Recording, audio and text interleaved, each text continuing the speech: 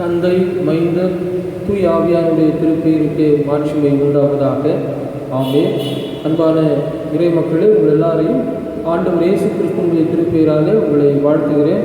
நம்முடைய தாயும் தந்தையுமாகிய கடவுளாலும் நம் மீட்பர் இயேசு கிறிஸ்துவினாலும் உங்களுக்கு கிருபையும் சமாதானமும் உண்டாவதாக. நம்முடைய திருச்சபையின் ஆண்டு விழாவை நாம் இந்த நாளிலே கொண்டாடி கொண்டிருக்கிறோம். இந்த காணொளி காட்சி வழியாக இந்த வழிபாட்டில் இணைந்திருக்கிற உங்கள் அனைவரையும் ஆண்டவர் தாமே ஆசீர்வதிப்பாராக. நாம் ஜெபத்தோடு கூட இந்த வழிபாட்டை தொடங்குவோம். ஜெபம் செய்வோம். அன்பு நிறைந்த ஆண்டவரே, எல்லா ஆசீர்வாதங்களையும் எங்கள் வாழ்வில் அருள் செய்கிறவரே, மன மகிழ்ச்சியான இந்த நாளுக்காக நாங்கள் உங்களுக்கு நன்றி சொல்லுகிறோம். எங்களுடைய வாழ்விலே ஆண்டவர் கொடுத்திருக்கிற இன்னும் ஒரு நாளுக்காக நமக்கு தோத்திரம் சொல்கிறோம். ஆண்டவரே, இந்த திருச்சபை தொடங்கப்பட்டு பல ஆண்டுகளாக இங்கே சாட்சியை தக்க வைத்துக் கொண்டிருப்பதற்காக நமக்கு நன்றி சொல்லுகிறோம். ஆண்டவரே, இந்த திருச்சபை தொடங்கப்பட்ட நாளை இன்றைய நாளிலே நாங்கள் கொண்டாடும்படியாக நீர் எங்களுக்கு அருள் பாராட்டி இருக்கிறீர். நமக்கு நன்றி சொல்லுகிறோம். ஆண்டவரே, குறிப்பாக இந்த இக்கட்டான சூழ்நிலையில் திருச்சபை தன்னுடைய சாட்சியை எப்போதும் பகிர்கின்ற வண்ணமாக எங்கள் வழியாக, இந்த திருச்சபை வழியாக பல்வேறு நலத்திட்ட பணிகளை செய்யும்படி நீர் எங்களுக்கு உதவி செய்திருக்கிறீர். சுவாமி, நமக்கு தோத்திரம். சூழ்நிலைகள் எப்படியானாலும் தொடர் ஊழியர்களில் எங்களை ஈடுபடுத்தி கொண்டிருக்கிறீர். இந்த திருச்சபையை சாட்சி உள்ள திருச்சபையாக நிறுத்துகிறீர். நமக்கு நன்றி சொல்லுகிறோம். தொடர்ந்து இந்த வழிபாட்டிலே ஆண்டவருடைய நிறைவான அருள் எங்களோடு கூட இருந்து எங்களை வழிநடத்த வேண்டும் என்று நாம் ஜெபிக்கிறோம். ஆண்டவரே, இந்த வழிபாட்டிலே இணைந்திருக்கிற தம்முடைய பிள்ளைகள் ஒவ்வொருவரையும் ஆண்டவர் ஆசீர்வதிக்க வேண்டும் என்று நாம் வேண்டுகிறோம். இந்த வழிபாட்டில் தொடக்கம் தருகிற இவரை முடித்திருக்கிற எங்களோடு எங்களை ஆசீர்வதித்து வழிநடத்த வேண்டும் என்று எங்கள் ஆண்டவர் இயேசு கிறிஸ்துவின் திருப்பெயரில் வேண்டிக் கொள்ளுகிறோம் கடவுளே. ஆமென். பாமாலை எண் 172 சபையின் அஸ்திபாரம்.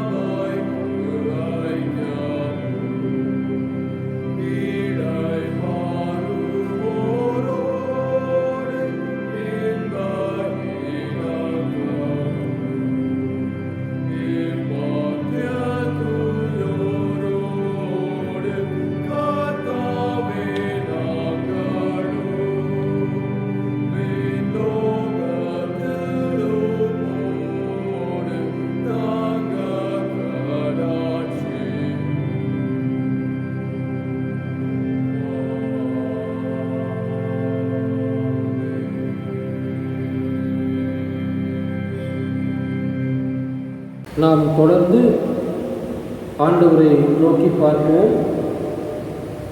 எங்கள் தந்தையாம் கடவுளே, உமது வல்லமையினாலும் ஞானத்தினாலும் எல்லாவற்றையும் படைத்து உமது மகனை எங்கள் மீட்பராக தரும்படி உலகத்தில் அன்பு கொண்டீரே, உம்மை போற்றுகிறோம்.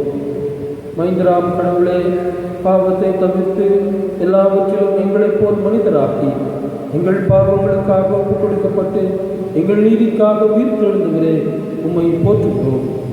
பரிசுத்த ஆவியாராகிய கடவுளே, எல்லா உண்மைக்குள்ளும் எங்களை வழிநடத்தி கடவுளின் அன்பை எங்கள் நெஞ்சில் நாள்தோறும் பொழிந்து எங்களை நல்வழிப்படுத்தி நடத்துகின்றவரே, உம்மை போற்றுகிறோம்.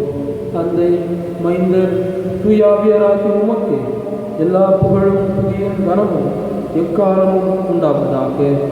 ஆமென். நமக்கு பாவம் இல்லை என்போமானால் நாம் நம்மையே ஏமாற்றுவதாக இருப்போம். நமக்குள் உண்மை இல்லை. நம்முடைய பாவங்களை நாம் அறிக்கை செய்தால் பாவங்களை நமக்கு மன்னித்து எல்லாவித அநியாயமும் நீங்க நம்மை சுத்திகரிப்பதற்கு கடவுள் நம்பத்தக்கவரும் நீதியும் உள்ளவராக இருக்கிறார். நாம் இருக்கின்ற இடத்திலே கண்களை மூடி இறைவரை நோக்கி பார்த்து நம்முடைய குறைகளை, பலவீனங்களை, மீறுதல்களை நாம் அறிக்கை செய்வோம். கடவுளுக்கு எதிராக, பிற மனிதருக்கு எதிராக நாம் செய்த குற்றங்கள், குறைகள், பிழைகள், மீறுதல்கள் எல்லாவற்றையும் நாம் கடவுளை திருச்சமூகத்திலே அறிக்கையிடுவோம்.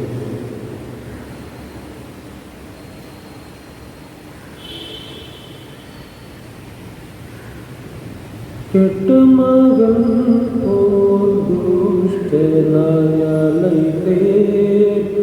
கடும் பஞ்சத்தால் நலிந்தேனே. கெட்ட மகன் போல் துஷ்டனாயாலைந்தே, கடும் பஞ்சத்தால் நலிந்தேனே. இத்தமாய் மகன் என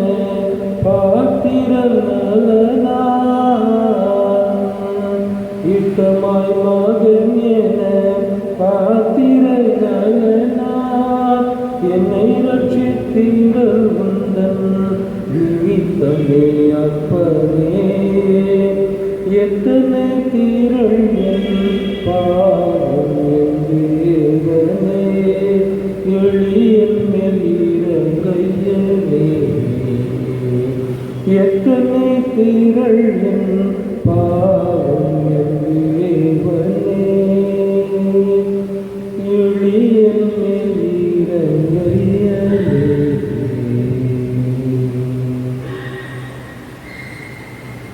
சர்வ வல்லமையும் மிகுந்திருக்கும் ஆண்டவர் மன்னிப்பையும் பாவ நிவர்த்தியும் நமக்கு கட்டளையிட்டருளி வாழ்க்கையை சீர்படுத்துவதற்கான காலத்தையும் நமது பரிசுத்த ஆவியாரின் அருளையும் ஆற்றலையும் தந்தருள்வாராக. ஆமென். பாமாலை எண் 222. மூலைக்கல் கிறிஸ்துவே. Amen.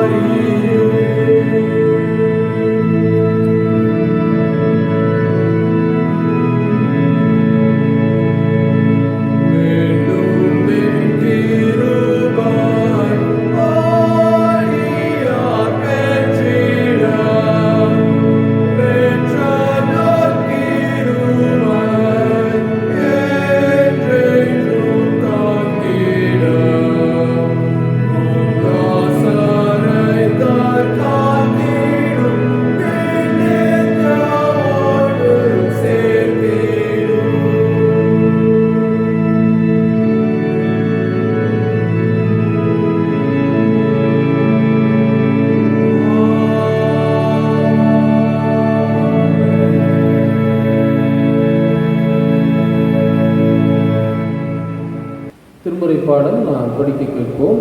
தூய லூக்கா எழுதின நற்செய்தி நூல் 24ஆம் அத்தியாயம் திருவாக்கியங்கள் 13 முதல் 35 முடிய நாம் படிக்க கேட்போம். லூக்கா எழுதின நற்செய்தி நூல் 24ஆம் அத்தியாயம் திருவாக்கியங்கள் 13 முதல் 35 முடிய நாம் படிக்க கேட்போம்.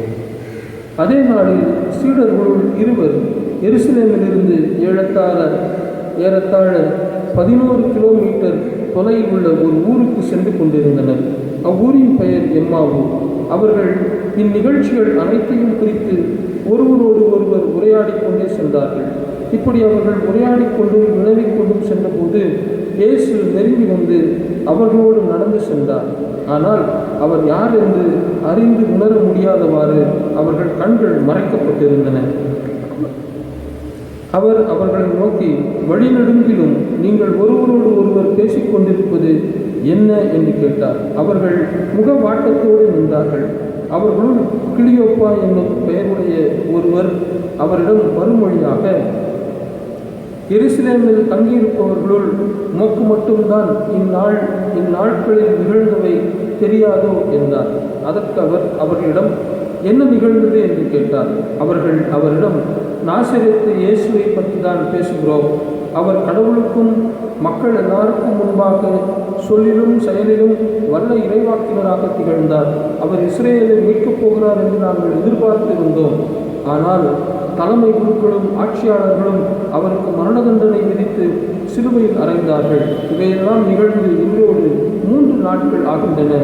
ஆனால் இன்று எங்களை சேர்ந்த பெண்களுக்கு சிலர் எங்களை மலைப்புக்குள்ளாக்கினர். அவர்கள் விடியற்காலையில் கல்லறைக்கு சென்றார்கள்.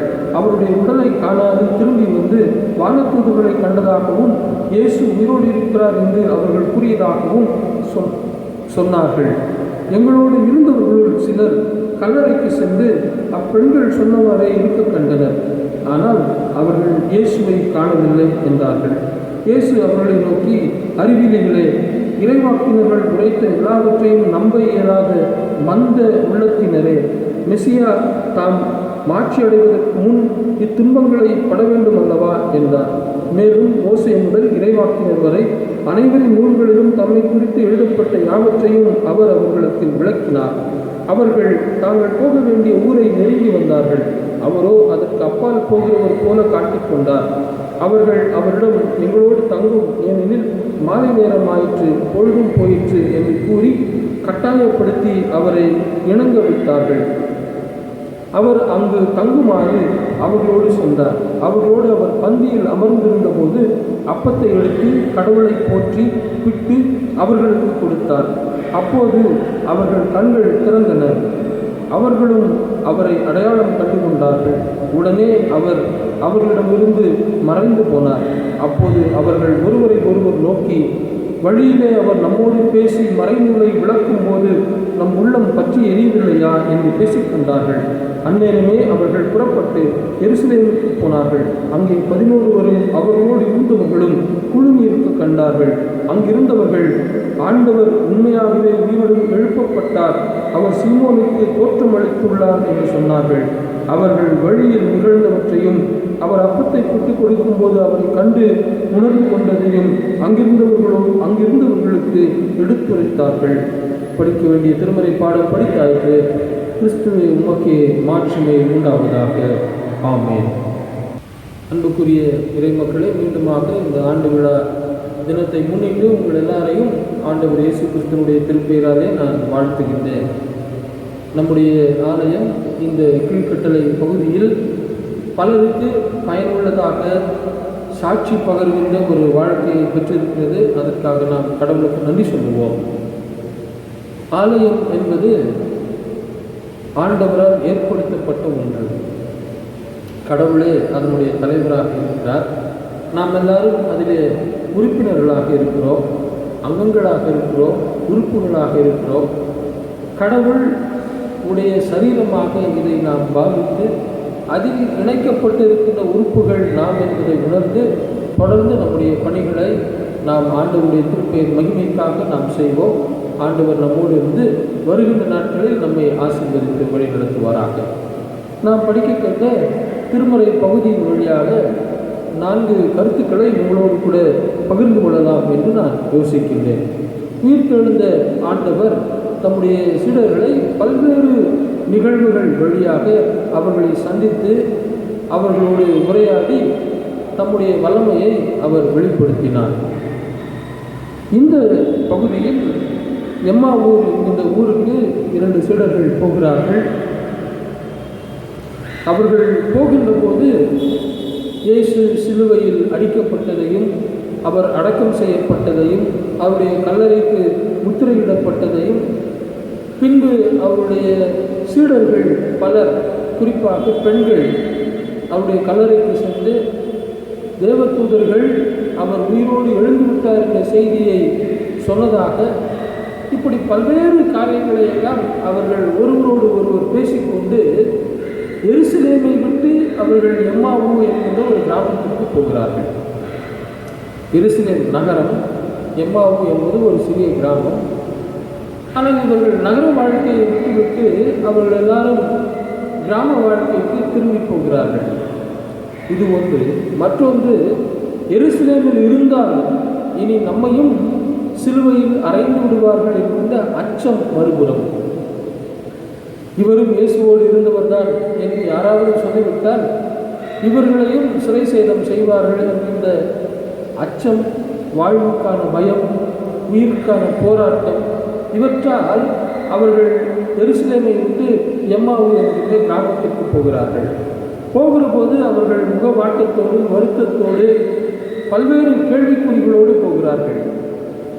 இனி நமக்கு வாழ்வு இருக்குமா? இனி நமக்கு உயிர் இருக்குமா? ஊழியம் செய்ய முடியுமா? என்கின்ற பல்வேறு ஐயப்பாடுகள், கேள்விகள், இவற்றோடு கூட அவர்கள் எம்மாவை நோக்கி சென்று கொண்டிருக்கிறார்கள். அப்படி அவர்கள் இருவரும் நடந்து சென்று கொண்டிருக்கையில் இயேசு அவர்களோடு இணைந்து கொள்ளுகிறார். திருவாக்கியம் அப்படிதான் சொல்லுகிறது. இயேசு நெருங்கி வந்து அவர்களோடு நடந்து சென்றார். இயேசு நெருங்கி வந்து அவர்களோடு நடந்து சென்றார். உயிர்த்தெழுந்த ஆண்டவர் நம்முடன் இருப்பவர், உடன் வருபவர். பல்வேறு இக்கட்டான சூழ்நிலைகள் வருகிற போதெல்லாம் நாம் நினைப்பது, கடவுள் இருக்கிறாரா, அவர் நம்மோடு இருக்கிறாரா, நம்மோடு வருகிறாரா என்கின்ற பல்வேறு கேள்விகள் நமக்கு வரும். ஆனால் இங்கே இந்த திருமறை பகுதியின் வழியாக கடவுளின் தன்மை நமக்கு வெளிப்படுத்தப்படுகிறது. அது என்ன? சூழல்கள் எப்படி இருந்தாலும் இறைவன் எப்போதும் நம் உடன் இருக்கிறார். இங்கேயும் இயேசு அவர்களோடு அவர் நடந்து செல்லுகிறார். உடன் இருப்பவர் தான் நம்முடைய ஆண்டவர் இயேசு கிறிஸ்து. இவர்கள் எல்லாரும் என்ன நினைத்தார்கள்? இயேசு வந்தார், சிலுவையில் அறையப்பட்டார், அடக்கம் பண்ணப்பட்டார், அவர் உயிர்த்தெழுந்து விட்டார், இனி அவர் நம்மோடு கூட இருப்பாரா என்கிற ஒரு அச்சத்தோடு, ஐயத்தோடு இவர்கள் இருந்தார்கள். ஆனால் இயேசு அவர்களோடு இப்போது நடந்து செல்லுகிறார், உடன் இருப்பவர். மோசேக்கு கடவுள் தன்னை வெளிப்படுத்துகிற போதும் அவர் இதே போலதான் தம்மை வெளிப்படுத்துகிறார்.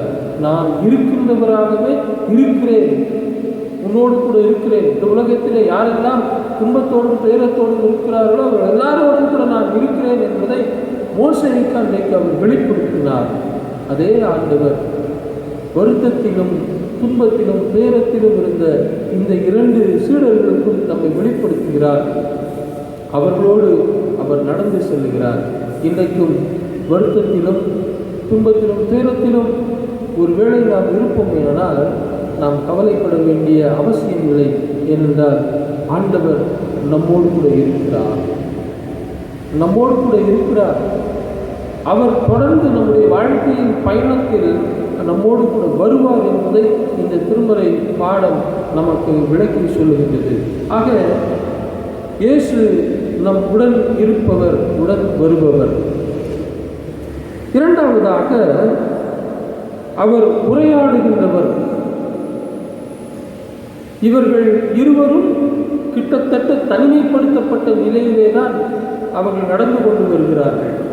சீடர்கள் என்று சொன்னால் குழுவாக இருப்பார்கள்.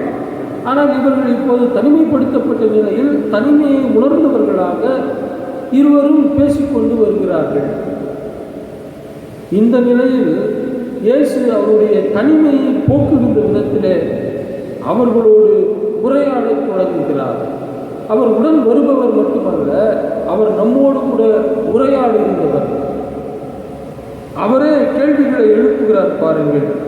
அவர் அவர்களை நோக்கி, வழிநெடுக்கிலும் நீங்கள் ஒருவரோடு ஒருவர் பேசிக்கொண்டிருப்பது என்ன என்று கேட்கிறார். அவருக்கு தெரியாதது ஒன்றுமில்லை. இருந்தாலும் சீடர்களுடைய மனக்கவலையை போக்குகின்ற விதத்திலே அவரே உரையாடலை துவங்குகிறார். ஆற்றுப்படுத்துகின்ற பணியில் கவுன்சிலிங் என்று சொல்லுவார்கள். அந்த கவுன்சிலிங் பணியில், ஆற்றுப்படுத்துகின்ற பணியில் ஆற்றுப்படுத்துகின்றவர் துயரத்தில் இருக்கிறவரோடு தானாக பேச்சை கொடுப்பார். அவருடைய உள்ளத்தில் இருக்கிற கவலைகளை எல்லாம் போக்குகின்ற விதத்திலே அவர்களோடு ஊடுருவி அவருடைய மனக்கவலைகள் என்ன என்பதை கேட்டு அறிந்து அவர்களை ஆற்றுப்படுத்துவார்.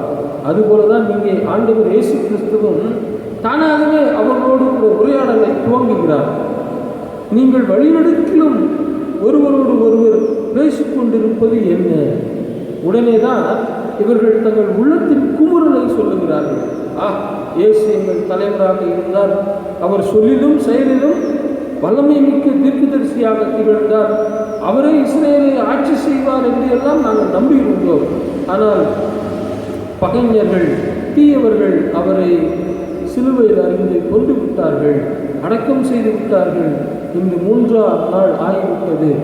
ஆனாலும் எங்களுள் இருந்த சில பெண்கள், சீடர்கள் போய் அவர் உயிர்த்தெழுந்து விட்டதாக சொன்னார்கள் என்று எல்லாம் தங்களுடைய மனக்குமுறலை அவர்கள் இயேசுவோடு கூட பகிர்ந்து கொள்கிறார்கள். சாதாரணமாக நம்முடைய நாட்டிலும் உலக நாடுகளிலும் ஒருவரோடு நாம் ஒருவர் மனம் விட்டு பேசுகின்ற போது நம்முடைய உள்ளத்தில் இருக்கிற பாரங்கள் தீர்ந்துவிடும். இயேசு நம்மோடு கூட உரையாடுகின்றவராக இருந்து நம்முடைய உள்ளத்தின் பாரங்கள், சோர்வுகள், பலவீனங்கள் எல்லாவற்றையும் தீர்க்கின்றவராக இருக்கிறார். இன்றைக்கும் நாம் தனிமைப்படுத்தப்பட்ட நிலையிலே இருக்கிறோம். கவலை வேண்டாம், இயேசு நம்மோடு உரையாடி கொண்டிருக்கிறார். தனிமைப்படுத்தப்பட்ட நிலையில் நான் இருக்கிறேனே, இந்த உலகம் முழுவதும் தனிமைப்படுத்தப்பட்ட நிலையில் தள்ளாடி கொண்டிருக்கிறதே என்று நாம் கலங்க வேண்டாம். உலகத்தை உண்டாக்கினவர், நம்மோடு உடன் இருப்பவர், நம்மோடு கூட உரையாட காத்து கொண்டிருக்கிறார். அவரே முதலில் நம்மோடு கூட உரையாடி நம்முடைய மனக்கவலைகளை எல்லாம் போக்குவதற்கு அவர் உண்மை உள்ளவராக இருக்கிறார். நெல்சன் மண்டேலா அவர்களை குறித்து நாம் படித்திருக்கிறோம்.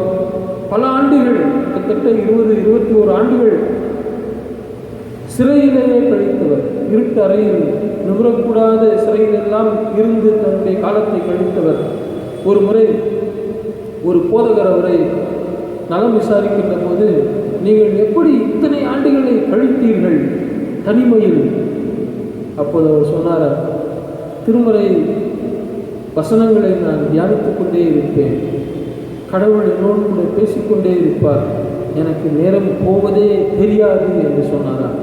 எனக்கு அன்பான இறைவனுடைய பிள்ளைகளே, இரவும் பகலும் அவருடைய வார்த்தைகளில் தியானமாக இருக்கிற மனுஷன் பாக்கியவான் என்று திருமறையில் எழுதியிருக்கிறதே, அந்த பாக்கியமான காலங்களை அனுபவிக்க வேண்டிய நேரங்கள் தான் இந்த நேரங்கள் என்பதை நாம் மறந்து போய்விடக்கூடாது.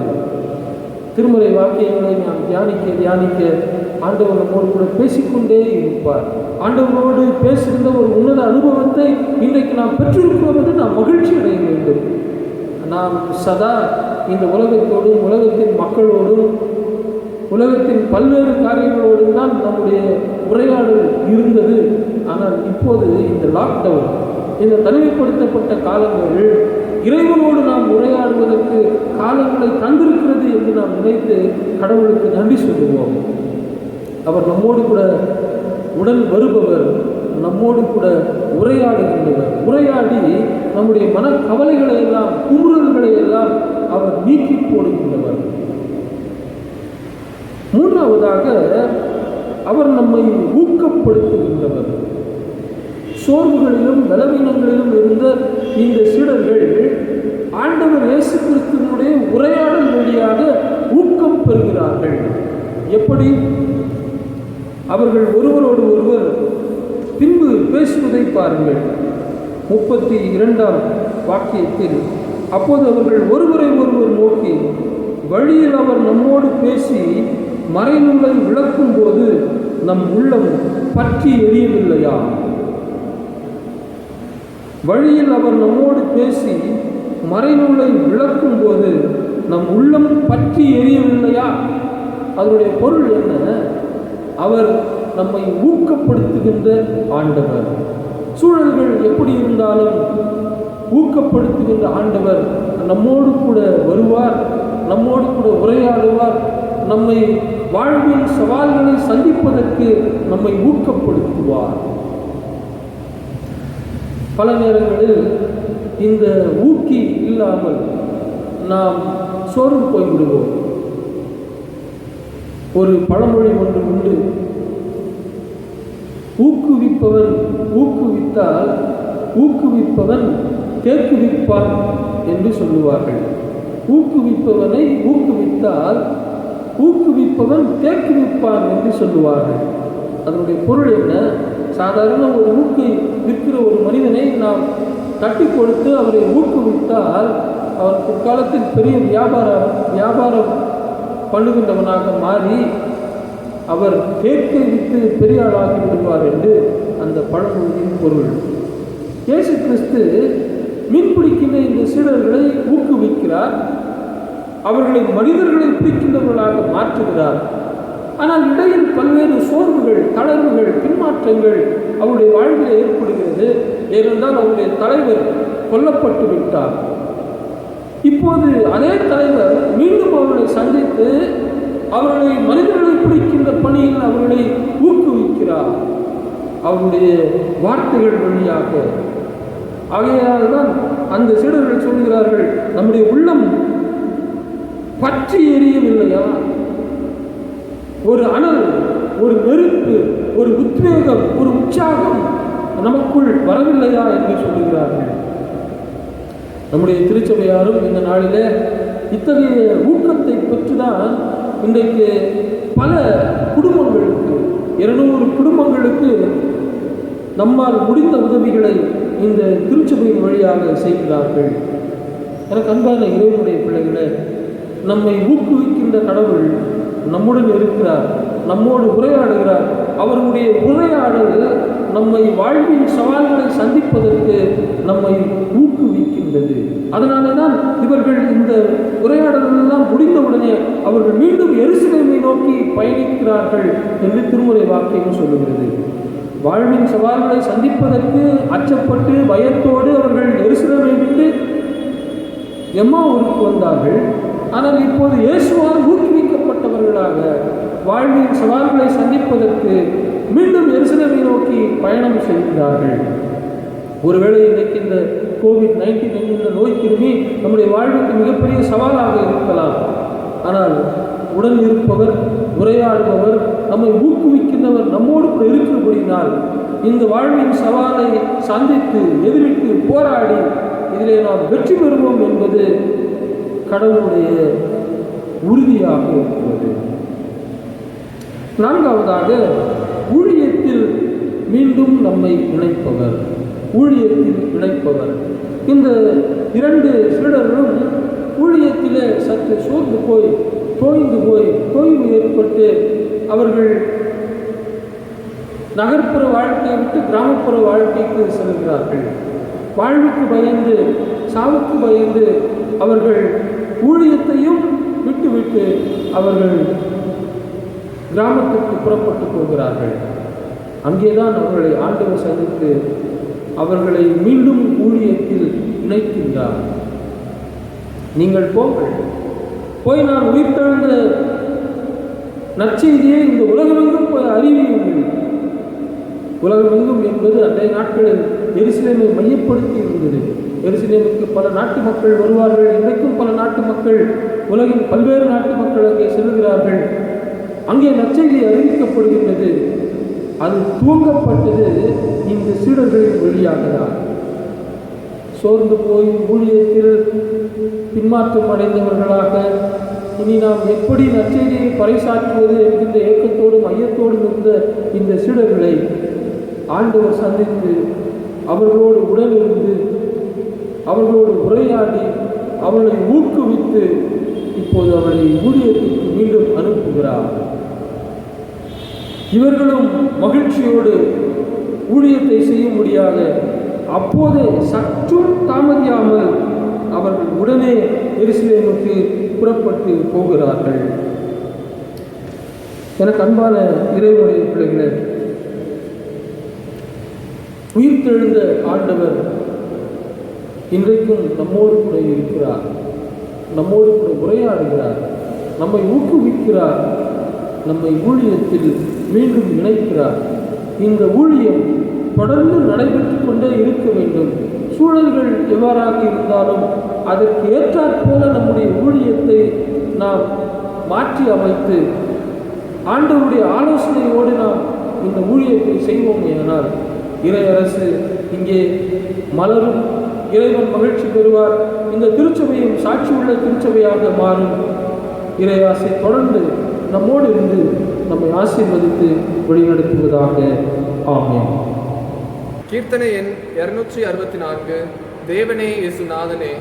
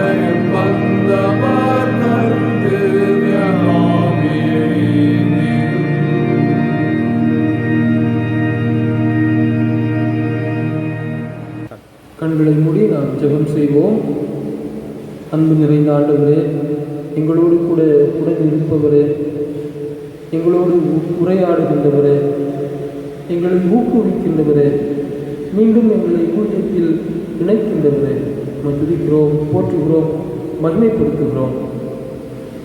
இந்த ஆண்டு விழா தினத்திலே நாங்கள் எல்லாரும் ஒன்று கூடி உம்மை நோக்கி பார்க்கவும், உடைய திருச்சொற்களை கேட்கவும், எங்களுடைய வேண்டுதல்களை விண்ணப்பங்களை உடன் தெரிவிக்கவும் நீர் எங்களுக்கு தந்த நல்ல வாய்ப்புக்காக நன்றியோடு துதிக்கிறோம், போற்றுகிறோம், மகிமைப்படுத்துகிறோம். சுவாமி, உடைய திருவார்த்தைகள் எங்கள் வாழ்வுக்கு வளம் ஊட்டுகின்றது. எங்கள் வாழ்விலே சவால்களை சந்திப்பதற்கு எங்களை ஊக்குவிக்கின்றது. உமக்கு தோத்திரம் சொல்கிறோம். ஆண்டவரே, தொடர்ந்து இந்த இறை வழிபாட்டிலே யாரெல்லாம் இணைந்திருக்கிறார்களோ அவர்கள் எல்லாரையும் ஆண்டவர் ஆசீர்வதிக்க வேண்டும் என்று நாங்கள் சொல்லிக்கிறோம். ஆண்டவரே, குறிப்பாக இந்த திருச்சபைக்காக நாங்கள் உமக்கு நன்றி சொல்லுகிறோம். இந்த திருச்சபை வாழ்விலே ஆண்டவர் அக்கறை உள்ளவராக இருக்கிறீர், உமக்கு நன்றி சொல்லுகிறோம். திருச்சபையின் பணிகள் எல்லாவற்றையும் ஆண்டவர் நிறைவேற்றிக் கொண்டிருக்கிறீர், உமக்கு தோத்திரம். சிறப்பாக ஆண்டவரே, இந்த கோபுரம், மணி கோபுரம் கட்டி முடிக்கப்படவும் ஆண்டவரே, அதை நாங்கள் நிறைவு பணியிலே நிறைவு செய்வதற்கு உதவி செய்திருக்கிறீர், உமக்கு தோத்திரம் சொல்கின்றோம்.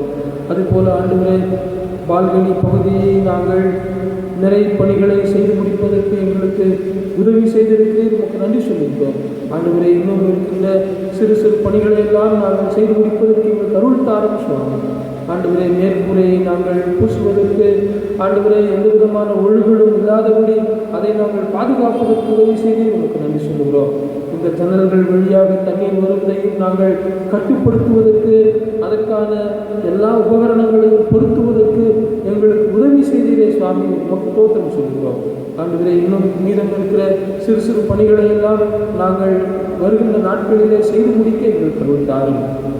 ஆண்டவரே, இந்த திருச்சபையின் வளர்ச்சி பணியிலே தங்களை இணைத்துக் கொண்ட செயலர், பொருளர், குருசெயர் குழு உறுப்பினர்கள் மற்றும் தன்னார்வ தொண்டர்கள், அனைத்து திருச்சபையின் உறுப்பினர்கள், ஐக்கிய சங்க பொறுப்பாளர்கள் எல்லாருக்காகவும் நாங்கள் நன்றி சொல்லுகிறோம். சிறப்பாக ஆண்டவரே, இந்த ஆலயத்திலே தங்கியிருந்து இந்த ஆலயத்தின் பணிகளை எல்லாம் செய்கிற எங்களுடைய ஆலய பணியாளருக்காகவும் அவருடைய குடும்பத்திற்காகவும் கூட நாங்கள் நன்றி சொல்கிறோம்.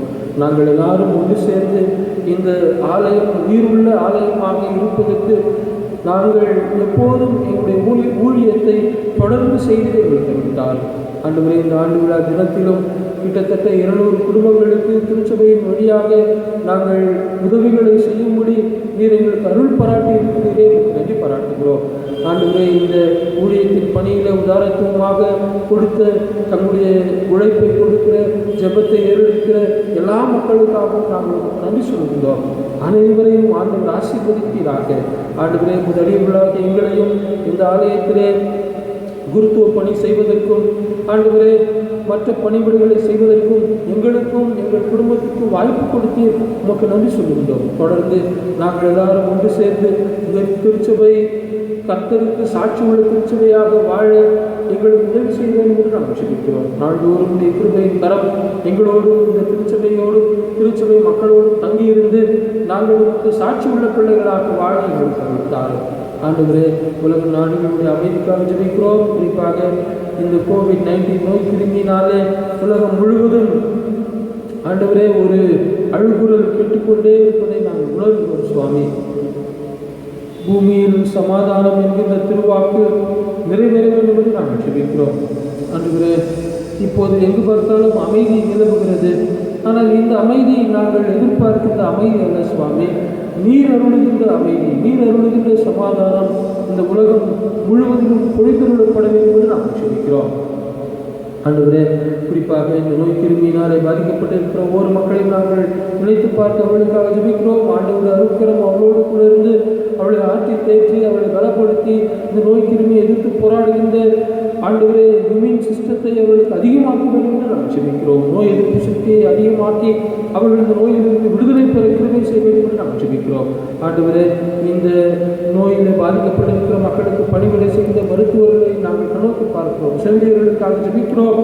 ஆண்டவர் அவர்களோடு கூட இருந்து அவளை பாதுகாத்தவர்களும் சுவாமி. ஆண்டவரை, பல மருத்துவர்கள் கூட தன்னுடைய இன்னுயிரை இந்த திருப்பணியில் இழந்திருக்கிறார்கள் என்பதை நாம் நினைத்து பார்த்து அவர்களுக்காக ஜெபிக்கிறோம். அந்த குடும்பங்களுக்காக ஜெபிக்கிறோம். ஆண்டவர் அவர்களோடு இருந்து அவர்களை ஆற்றுப்படுத்தி வழிநடத்த வேண்டும் என்று நாம் ஜெபிக்கிறோம்.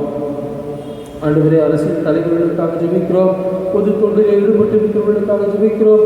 தன்னார்வ தொண்டர்களுக்காக நாம் ஜெபிக்கிறோம். துப்புரவு பணியாளர்களுக்காக நாம் ஜெபிக்கிறோம். இன்னும் ஆண்டவரே, இந்த நோய் கிருமியை எதிர்த்து எப்படி போராடுவது என்று போராடுகிற அனைத்து ஆராய்ச்சியாளர்களுக்காக கூட நாம் ஜெபிக்கிறோம். அனைவரையும் ஆண்டவர் ஆசீர்வதிக்கிறாக. ஆண்டவரே, உடைய பேர் ஊழினாலே நாங்கள் இந்த நோய் கிருமிக்கான மருந்துகளை கண்டுபிடிக்க எங்களுக்கு உதவி செய்ய வேண்டும் என்று நாம் ஜெபிக்கிறோம். சுவாமி ஆண்டவரே, இந்த லாக்டவுனிலாக தங்களுடைய வாழ்வாதாரங்களை இழந்து தவிக்கிற ஒவ்வொருவரையும் கூட நாம் நினைத்து பார்க்கிறோம். அவர்களுக்கு வேண்டிய பொருள் உதவிகளை, பண உதவிகளை சமூகத்திலே இருக்கிற மக்கள் எல்லாரும் பகிர்ந்து கொள்ள இது உதவி செய்ய வேண்டும் என்று நாம் ஜெபிக்கிறோம். ஆண்டவரே, இந்த நோயை கட்டுப்படுத்துகின்ற விதத்திலே போராடுகிற காவல்துறை மக்களுக்காக கூட நாம் ஜெபிக்கிறோம். அவர்களையும் ஆண்டவர் பொறுப்படுத்திக் கொள்ளும். சுவாமி ஆண்டவரே, அரசு துறையிலே பணியாற்றுகிற ஒவ்வொருவரையும் கூட நாங்கள் நினைத்து பார்த்து அவர்களுக்காக ஜெபிக்கிறோம். அவர்களையும் ஆண்டவர் ஆசீர்வதியும். ஆண்டவரே, சிறு குறு வியாபாரிகள், விவசாயிகள், சிறு சிறு தொழிலை செய்து பிழைக்கின்றவர்கள், ஆண்டவரே, சிறு சிறு வேலைகளை செய்து பிழைப்பு நடத்துகின்றவர்கள், அனுதின கூலிகள் என எல்லாரையும் நாங்கள் நினைத்து பார்த்து அவர்களுக்காக ஜெபிக்கிறோம். சுவாமி, எங்களால் முடிந்த உதவிகளை நாங்கள் அவர்களுக்கு செய்து வாழ்வை தக்க வைக்க எங்களுக்கு கிருபை செய்ய என்று நாங்கள் ஜெபிக்கிறோம். இது மட்டுமாக எங்களோடு கூட நீர் இருந்து எங்களை வழிநடத்தினீர். இனி வருகின்ற நாட்களிலும் எங்களோடு கூட இருந்து வழிநடத்தினீர் என்று சொல்லி நாங்கள் நம்புகின்றோம். எங்களோடு உடன் இருக்கின்றவர், எங்களோடு உரையாடுகின்றவர், எங்களை ஊக்குவிக்கின்றவர், ஊழியத்தில் எங்களை இணைக்கின்றவர், இருக்கின்றவராகவே இருக்கின்றவர் எங்களோடு கூட இருந்து தொடர்ந்து எங்களை வழிநடத்த வேண்டும் என்று நாங்கள் சொல்லிக்கிறோம். எங்களை தாழ்த்தி உடைய திருக்கரங்களில் அர்ப்பணிக்கிறோம். ஆண்டவருடைய கரம் எங்களோடு இருந்து எங்களை ஆசீர்வதித்து அநேகருக்கு ஆசீர்வாதமாக மாற்ற வேண்டும் என்று எங்கள் ஆண்டவர் இயேசு கிறிஸ்துவின் பெயரில் தாழ்மையோடு வேண்டிக் கொள்கிறோம். எங்கள் அன்பு நிறைந்த கடவுளே, ஆமென். நாம் அனைவரும் சேர்ந்து ஆண்டவர் கற்பித்த மன்றாட்டை சேர்ந்து எழுப்போம். பரமண்டலத்தில் இருக்கிற எங்கள் பிதாவே, உடைய நாமம் பரிசுத்தப்படுவதாக, உடைய ராஜ்யம் வருவதாக, உடைய சுத்த பரமண்டலத்திலே செய்யப்படுவது போல பூமியிலும் செய்யப்படுவதாக. அன்றன்றுள்ள அப்பத்தை எங்களுக்கு தாரும். எங்களுக்கு எதிராக குற்றம் செய்தவரை நாங்கள் மன்னிக்கிறது போல எங்கள் குற்றங்களை எங்களுக்கு மன்னியும். எங்களை சோதனைக்குள் பிரவேசிக்க பண்ணாமல் எங்களை தீமையிலிருந்து ரட்சித்துக் கொள்ளும். ராஜ்யமும் வல்லமையும் மகிமையும் என்னென்றைக்கும் உடையவர்களே, ஆமென். கடவுளுடைய இரக்கமுள்ள கிருபைக்கும் பராமரிப்புக்கும் நம்மை அர்ப்பணிப்போம். கர்த்தர் நம்மை ஆசீர்வதித்து காக்க கடவர். கர்த்தர் தம்முடைய திருமுகத்தை நம் மீது பிரகாசிப்பிக்க பண்ணி நம்மேல் கிருபையாய்க்க கடவர். கர்த்தர் தம்முடைய திருமுகத்தை நம் மீது பிரசன்னமாக்கி இன்றும் என்றும் நமக்கு சந்தோஷமும் சமாதானமும் நல்வாழ்வும் ஆசீர்வாதங்களும் சதா காலங்களிலும் கட்டளையிடுவாராக. ஆமென்.